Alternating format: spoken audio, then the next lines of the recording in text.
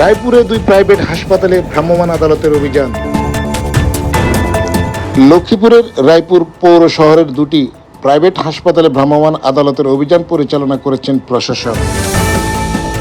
বৃহস্পতিবার দুপুরে উপজেলা স্বাস্থ্য কমপ্লেক্সের সামনে অবস্থিত সেবা হাসপাতাল প্রাইভেট এবং নিরাময় হাসপাতাল অ্যান্ড ডায়াগনস্টিক সেন্টারে অভিযান চালানো হয়। অভিযানে দেখা যায় হাসপাতাল দুটির পরিবেশ অধিদপ্তর ছাড়পত্র ও লাইসেন্স নবায়ন নেই। এছাড়াও প্রয়োজনীয় ডাক্তার, নার্স এবং সনদপ্রাপ্ত টেকনিশিয়ানের ঘাটতিও রয়েছে। এসব অভিযোগে নির্বাহী ম্যাজিস্ট্রেট ও উপজেলা সহকারী কমিশনার ভূমি নিগার সুলতানা দুই প্রতিষ্ঠানকে মোট 50,000 টাকা জরিমানা করেন। অভিযানে আরও উপস্থিত ছিলেন উপজেলা স্বাস্থ্য কমপ্লেক্সের আবাসিক medical officer doctor Mamunur Rashid Pal এবং রায়পুর থানার পুলিশ সদস্যরা।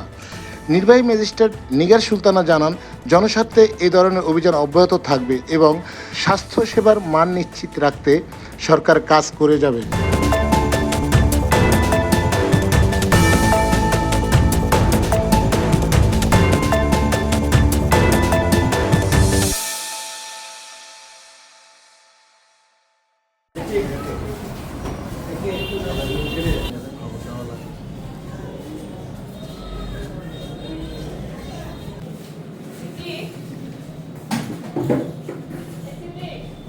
এখানে কি আছে জানতো নাকি সব আপডেট করে রাখছে এরকম কিছু নাকি মামুন ভাই?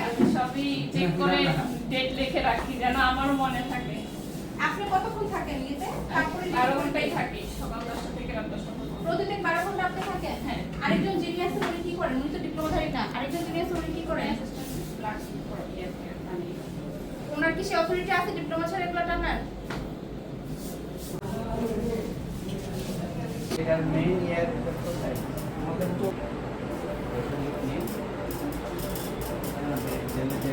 ঠিক আছে তারপর